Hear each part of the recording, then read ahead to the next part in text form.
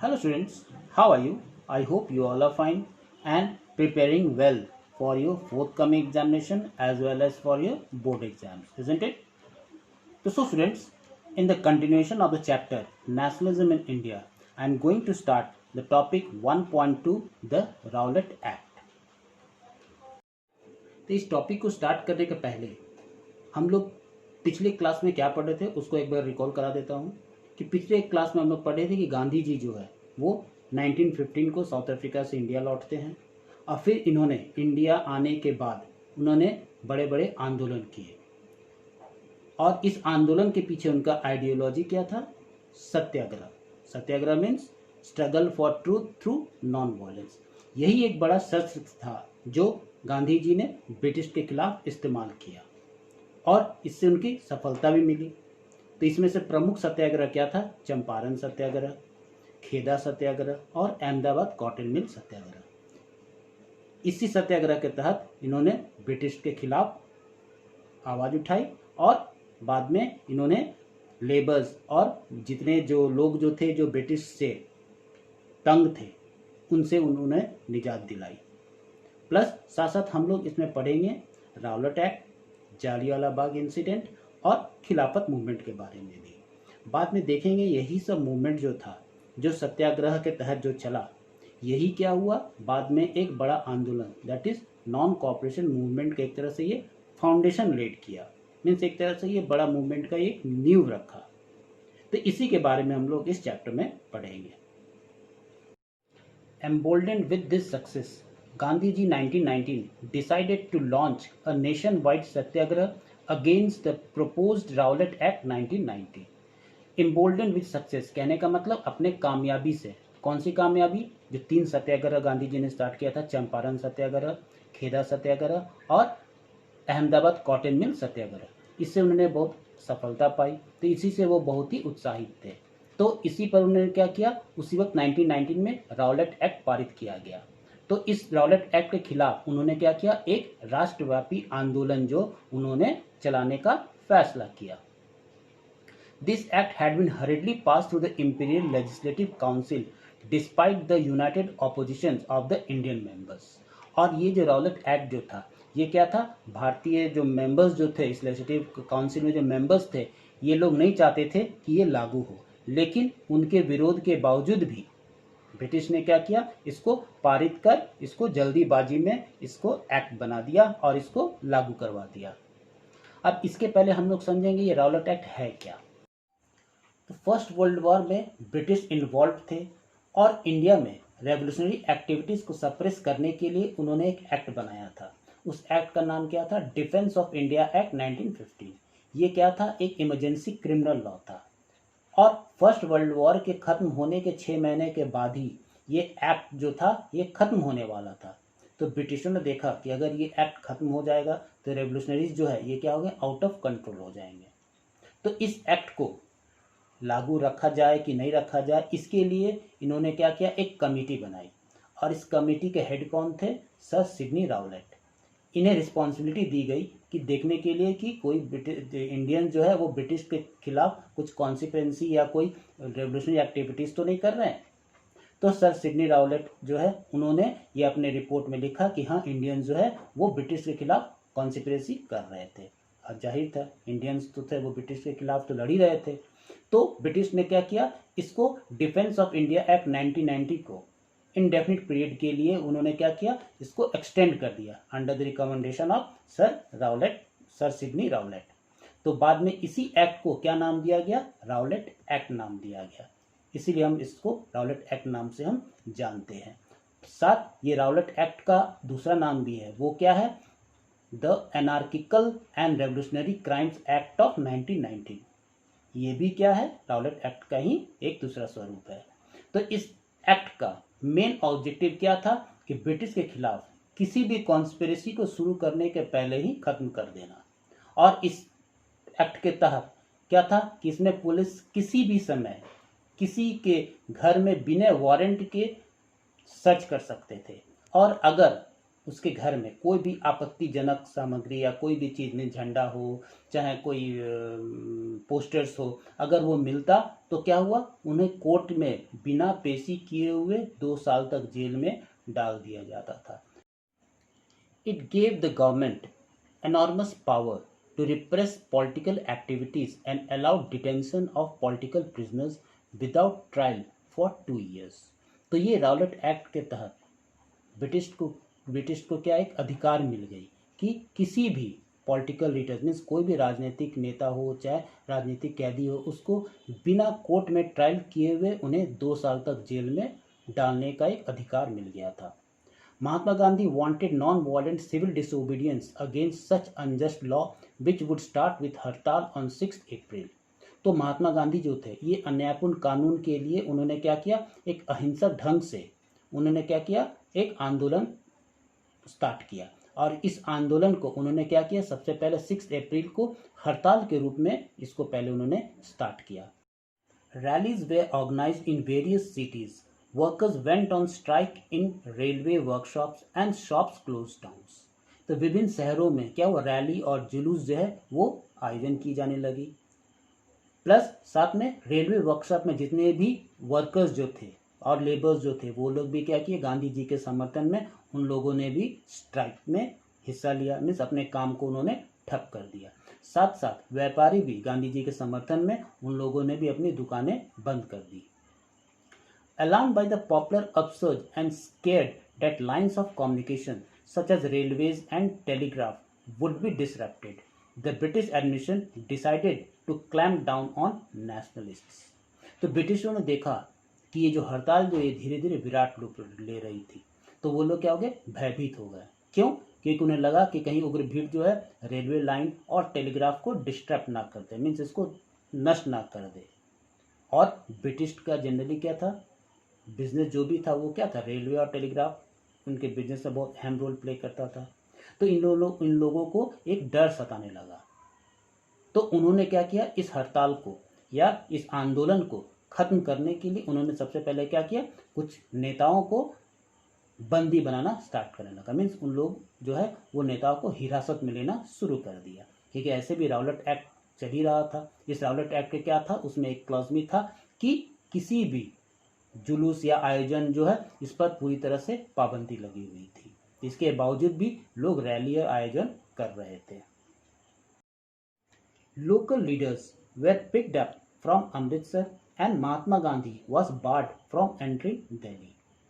तो ब्रिटिशों ने देखा कि ये जो आंदोलन जो है ये विराट रूप ले रहा था, तो उन्होंने क्या किया, सबसे पहले इस आंदोलन को खत्म करने के तहत उन्होंने क्या किया, स्थानीय नेताओं को हिरासत में लेना शुरू कर दिया और साथ साथ गांधी जी को दिल्ली में आने के लिए उन पर पाबंदी लगा दी गई, क्योंकि गांधी जी तो प्रमुख नेता थे, इसलिए उनको डायरेक्ट वो हिरासत में ना रख करके उन्हें दिल्ली में आने से पाबंदी लगा दी है, ताकि वो आगे इस आंदोलन को जो प्लान जो है वो प्लान को आगे ना सफल बना सके, इसलिए उन्होंने गांधी जी को दिल्ली में आने से पाबंदी लगा दी।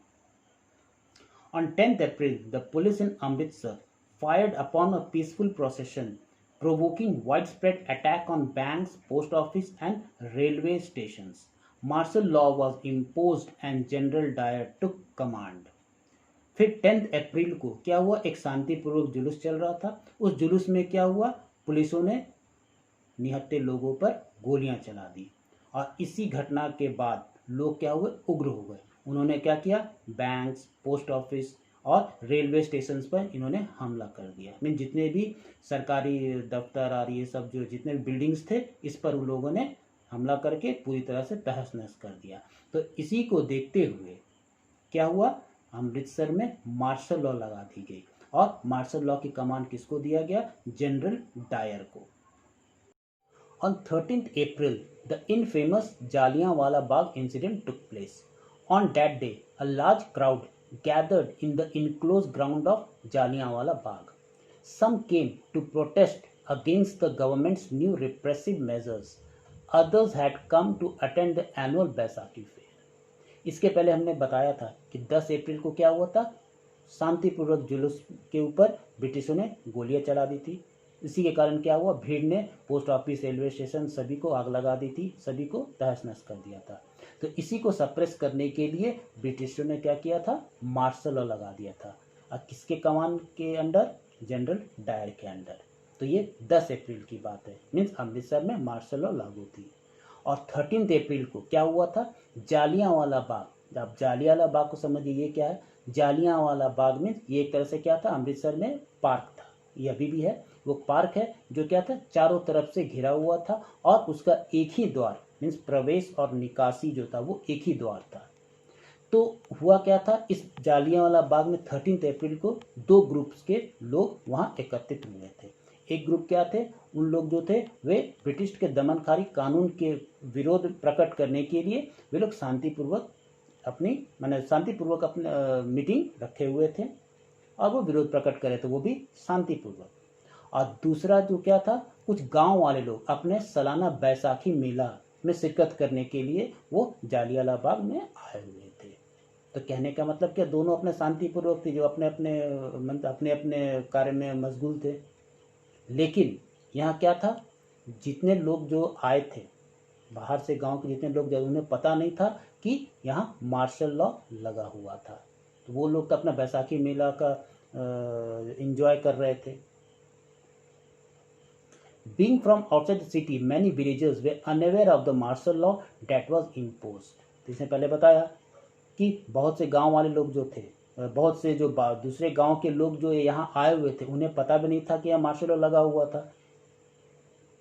Dyer entered the area, blocked the exit points and opened fire on the crowd, killing hundreds. His objective, as he declared later, was to produce a moral effect to create in minds of satyagrahi a feeling of terror and awe. तो general Dyer ने क्या किया, वो जहाँ एक प्रवेश और निकासी द्वार था उसको बंद कर दिया। और क्या हुआ, लाइन से अपने सिपाहियों को लगाकर निहत्थे लोगों की भीड़ पर उन्होंने गोलियां चला दी, जिससे कारण क्या हुआ, हजारों की संख्या में बच्चे, बूढ़े, जवान सभी मारे। His objective, as he declared later, was to produce a moral effect to create in the minds of satyagrahi a feeling of terror and awe. उसके बाद जनरल डायर ने अपना स्टेटमेंट दिया कि उससे पूछा गया कि आपने ये क्यों किया, तो उन्होंने क्या बताया कि ये सत्याग्रही के जहन में डर की भावना स्थापित करने के लिए उसने ऐसा कार्यपूर्ण कार्य किया। तो ये क्या स्टेटमेंट जनरल डायर ने दिया था। As the news of Jallianwala Bagh spread, crowd took to the streets in many North Indian towns. There were strikes, clashes with the police, and attack on the government buildings. जैसे ही ये जालियांवाला बाग हत्याकांड की खबर जो फैली, तो क्या हुआ, नॉर्थ इंडियन शहर के लोग जो है वे क्या हुए, वे सड़क पर उतर गए। मीन्स कहने का मतलब वे लोग प्रोटेस्ट करने लगे। अब प्रोटेस्ट किस तरीके से किया, उन्होंने स्ट्राइक्स किया, तो कहीं कहीं क्या हुआ, हड़ताल भी लोग किए, और कहीं कहीं पुलिस से झड़प भी हुई। मीन्स कहीं कहीं उन्होंने पुलिस पर मारपीट की, कहीं पुलिसों ने उन पर लाठी या गोलियां चलाई, और साथ साथ उन्होंने बहुत सारे सरकारी बिल्डिंग्स को भी उन्होंने हमला किया। मीन्स उसमें भी आगजनी या तोड़फोड़ भी किया। The government responded with brutal repression, seeking to humiliate and terrorise people. Satyagrahi were forced to rub their noses on the ground, crawl on streets and do salam to all sahibs. People were flogged and villages were bombarded. Seeing violence spread, Mahatma Gandhi called off the movement. तो British सरकार ने देखा कि ये जो भीड़ जो है ये क्या हो रही, उग्र हो रही है। मीन्स ये आंदोलन जो है ये उग्र हो रही है। तो उन्होंने क्या किया, इस कार्रवाई को खत्म करने के लिए उन्होंने ब्रूटल तरीका अपनाया, मीन्स निर्ममता पूर्वक तरीका अपनाया। उसके तहत उन्होंने क्या किया, सत्याग्रहियों को अपमानित एवं भयभीत करना स्टार्ट किया। तो वो कैसे किया, उन्होंने क्या किया, सत्याग्रहियों को जबरदस्ती नाक रगड़ते हुए उन लोग जमीन पर नाक रगड़ने के लिए मजबूर किया गया। साथ साथ शहर में उन्हें घुटनों के बल चलाया गया ताकि वो अपमानित हो सके, और प्लस डर, ब्रिटिश के खिलाफ वो डरे भी, और साथ साथ उन्हें ये भी सज़ा दी गई कि जो भी उस पथ या उस रास्ते से कोई भी अगर साहेब या ब्रिटिश ऑफिशियल जाए उन्हें वो सैल्यूट करे। तो ये सब क्या था, एक तरह से सजा भी था और साथ साथ एक अपमान करने का एक तरीका भी था। Peoples they flocked and villages they bombarded. और साथ साथ ये भी क्या किया, बहुत से आंदोलनकारियों को उन्होंने क्या किया, कोड़े बरसाए। और प्लस कुछ कुछ गाँव में उन्होंने क्या किया, बम्बार्डिंग भी की। मीन्स कहने का मतलब बहुत से गाँव में उन्होंने बम बरसाए। Seeing violence spread, Mahatma Gandhi called off the movement. तो हिंसा को देखते हुए महात्मा गांधी ने क्या किया, ये अपना ये जो आंदोलन जो था इसको क्या किया, उन्होंने वापस ले लिया। तो 18 अप्रैल 1919 को महात्मा गांधी ने इसको वापस ले लिया। क्यों? क्योंकि लोग जो है वो क्या हो गए थे, हिंसक हो गए थे। तो महात्मा गांधी का प्रमुख शस्त्र क्या था, अहिंसा। तो लोग जो है वो हिंसा को उतारू हो गए थे, इसलिए महात्मा गांधी को ही बुरा लगा, तो इन्होंने इस आंदोलन को वापस ले लिया। While the Rowlatt Satyagraha had been a widespread movement, it was still limited mostly to cities and towns. Mahatma Gandhi now felt the need to launch a more broad-based movement in India. चूँकि जो रावलट सत्याग्रह जो था ये क्या था, बहुत ही बड़ा आंदोलन था, लेकिन ये क्या था, कुछ गांव और शहर तक ही वो सीमित था। तो महात्मा गांधी को लगा कि अगर इस आंदोलन को मुझे विराट बनाना है या बड़ा मूवमेंट इसको करना है तो क्या करना होगा, इसमें जनाधार लाना होगा। मीन्स और भी लोगों को इसमें जोड़ना होगा ताकि ये आंदोलन पूरी तरह से विराट रूप ले सके और ब्रिटिश के खिलाफ ये एक तरह से आगाज हो। But he was certain that no such movement could be organized without bringing the Hindu and Muslims closer together. On the way of doing this, he felt was to take up the खिलाफत issue. तो उनका गांधी जी का मानना था कि हिंदू मुस्लिम को एक दूसरे को नज़दीक लाए बिना ये आंदोलन जो है नहीं चलाया जा सकता था। क्योंकि उन्हें लगा जनरली क्या होता है, कोई भी आंदोलन सफल कब होता है, जब भारी जनादेश उसके साथ जुटने लगता है, उसके साथ सम्मिलित होने लगता है। तो उन्होंने भी क्या किया कि हिंदू मुस्लिम को भी इस आंदोलन में साथ लेने के लिए कोशिश की है। तो इसी के तहत उन्होंने क्या किया, उन्होंने सोचा कि ये खिलाफत मुद्दा को उठाकर ये दोनों समुदाय को एक साथ लाया जा सकता है। तो उन्होंने क्या किया, खिलाफत मूवमेंट का भी साथ देने का कोशिश किया। The First World War had ended with the defeat of Ottoman Turkey, and there were rumors that a harsh peace treaty was going to be imposed on the Ottoman Emperor, the spiritual head of the Islamic world, the Khalifas. अब इसमें खिलाफत movement क्या है उसके बारे में बताया जा रहा है कि द फर्स्ट वर्ल्ड वॉर जो है, तो फर्स्ट वर्ल्ड वॉर कब से स्टार्ट हुई थी, 1914 और 1918 के बीच में दो पावर्स के बीच में लड़ी गई थी। तो ये क्या हुआ था, इस युद्ध में क्या हुआ था, ऑटोमन एम्पायर जो आज प्रेजेंट टर्की है, तो ऑटोमन एम्पायर जो है उसमें उसकी हार हुई थी। मतलब ये हारने वाले पावर्स में ये थे। तो जीतने वाले में पावर्स में कौन थे, ब्रिटिश थे, और हारने वाले में ये ऑटोमन एम्पायर थे। और ऑटोमन एम्पायर जो थे वो क्या थे, वहाँ शासन कौन करता था, एम्परर शासन करता था। और वो एम्परर्स कौन होते थे, मुस्लिम वर्ल्ड के स्पिरिचुअल लीडर्स हुआ करते थे। मीन्स कहने का मतलब मुस्लिम लोगों के लिए एक तरह से वो क्या थे, धर्म गुरु थे। तो इससे क्या हुआ, मुस्लिम्स के सेंटिमेंट इसमें जुड़े हुए थे। चूँकि ऑटोमन एम्पायर जो है फर्स्ट वर्ल्ड वॉर में हार गई थी, इसीलिए क्या हुआ, इस पर एक शांति संधि जो इस पर थोपी गई थी। मीन्स हार्श ट्रीटी इस पर इम्पोज की गई थी। जनरली क्या होती है, कोई भी अगर युद्ध में हारते हैं या जो युद्ध होता है तो क्या होता है, हारने वाले देश पर क्या होता है, एक संधि पर हस्ताक्षर की जाती है कि वो भविष्य में उस देश के खिलाफ कुछ ना करे। तो ये क्या होता है, एक तरह से अफवाह फैल गई थी कि वो एम्परर जो थे, एम्परर पर एक तरह से हार्श ट्रीटी साइन कराई जाएगी और जिसके तहत क्या हो गए, उनके जितने भी पावर्स है वो सीज हो जाएगी और उन पर अत्याचार किया जा सकता था। तो ये कौन करेगा ये अत्याचार, जीतने वाली टीम। तो जीतने वाले में टीम में कौन थे, ब्रिटिश थे।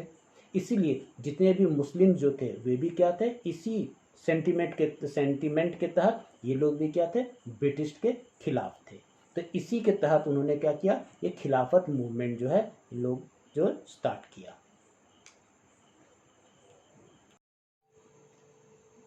To defend the Khalifa's temporal power, a Khilafat committee was formed in Bombay in March 1990.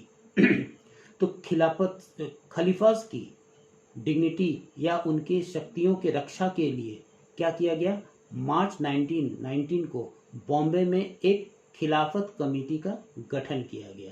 कहने का मतलब इसमें लोगों जो है मीन्स मुस्लिम लोग और नेता जो है एक कमेटी गठन किया ताकि वे अपने खलीफास के पावर्स के या उसके डिग्निटी को बचा सके। A young generation of Muslim leaders like the brothers Muhammad Ali and Shaukat Ali began discussing with Mahatma Gandhi about the possibility of a united mass action on the issue.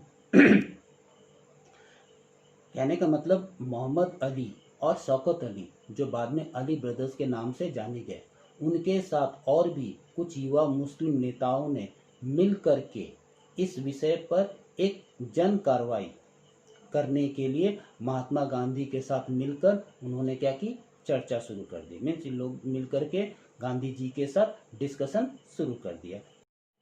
Gandhi ji saw this as an opportunity to bring Muslims under the umbrella of unified national movement. अब गांधी जी को लगा कि यही ऐसा अवसर है जिसमें वो क्या कर सकते हैं, मुस्लिम को भी ये अपने जो विराट रूपी आंदोलन जो चला रहे थे, मुस्लिम को भी इसी छत्र के नीचे वो ला सकते हैं। किस इशू के तहत, इसी खिलाफत इशू के तहत। मीन्स गांधी जी ने सोचा कि हाँ इसका भी हम साथ देंगे या समर्थन करेंगे और इसके अवेंज में वो क्या होगा कि मुस्लिम्स भी इनके आंदोलन से जुड़ जाएंगे। At the Calcutta session of Congress in September 1920, he convinced other leaders of the need to start a non-cooperation movement in support of Khilafat as well as for Swaraj. तो सितंबर 1920 को कांग्रेस के कलकत्ता अधिवेशन में महात्मा गांधी ने नेताओं को इस बात पर राजी कर लिया कि खिलाफत मूवमेंट का समर्थन और स्वराज के लिए एक नॉन कोऑपरेशन मूवमेंट मीन्स असहयोग आंदोलन जो है ये शुरू करना चाहिए। मीन्स कहने का मतलब गांधी जी ने देखा पहले तो वो अपने आंदोलन जो रावलट एक्ट आंदोलन जो सत्याग्रह जो किए थे वो क्या था, केवल हिंदू लोग ही थे उसमें, मतलब मुस्लिम थे वो बहुत कम थे, पूरी तरह से जनादेश नहीं था। लेकिन इस खिलाफत मूवमेंट से क्या हुआ, उनके आंदोलन में क्या हो गया, बहुत बड़े समूह जो है वो इसमें जुड़ गए। तो गांधी जी को लगा कि जब दो समूह जो जुड़ गए तो क्या हुआ, एक भारी जनादेश मिल गया। इसी कारण उन्हें लगा कि स्वराज के लिए हमें एक साथ मिल करके लड़ना है।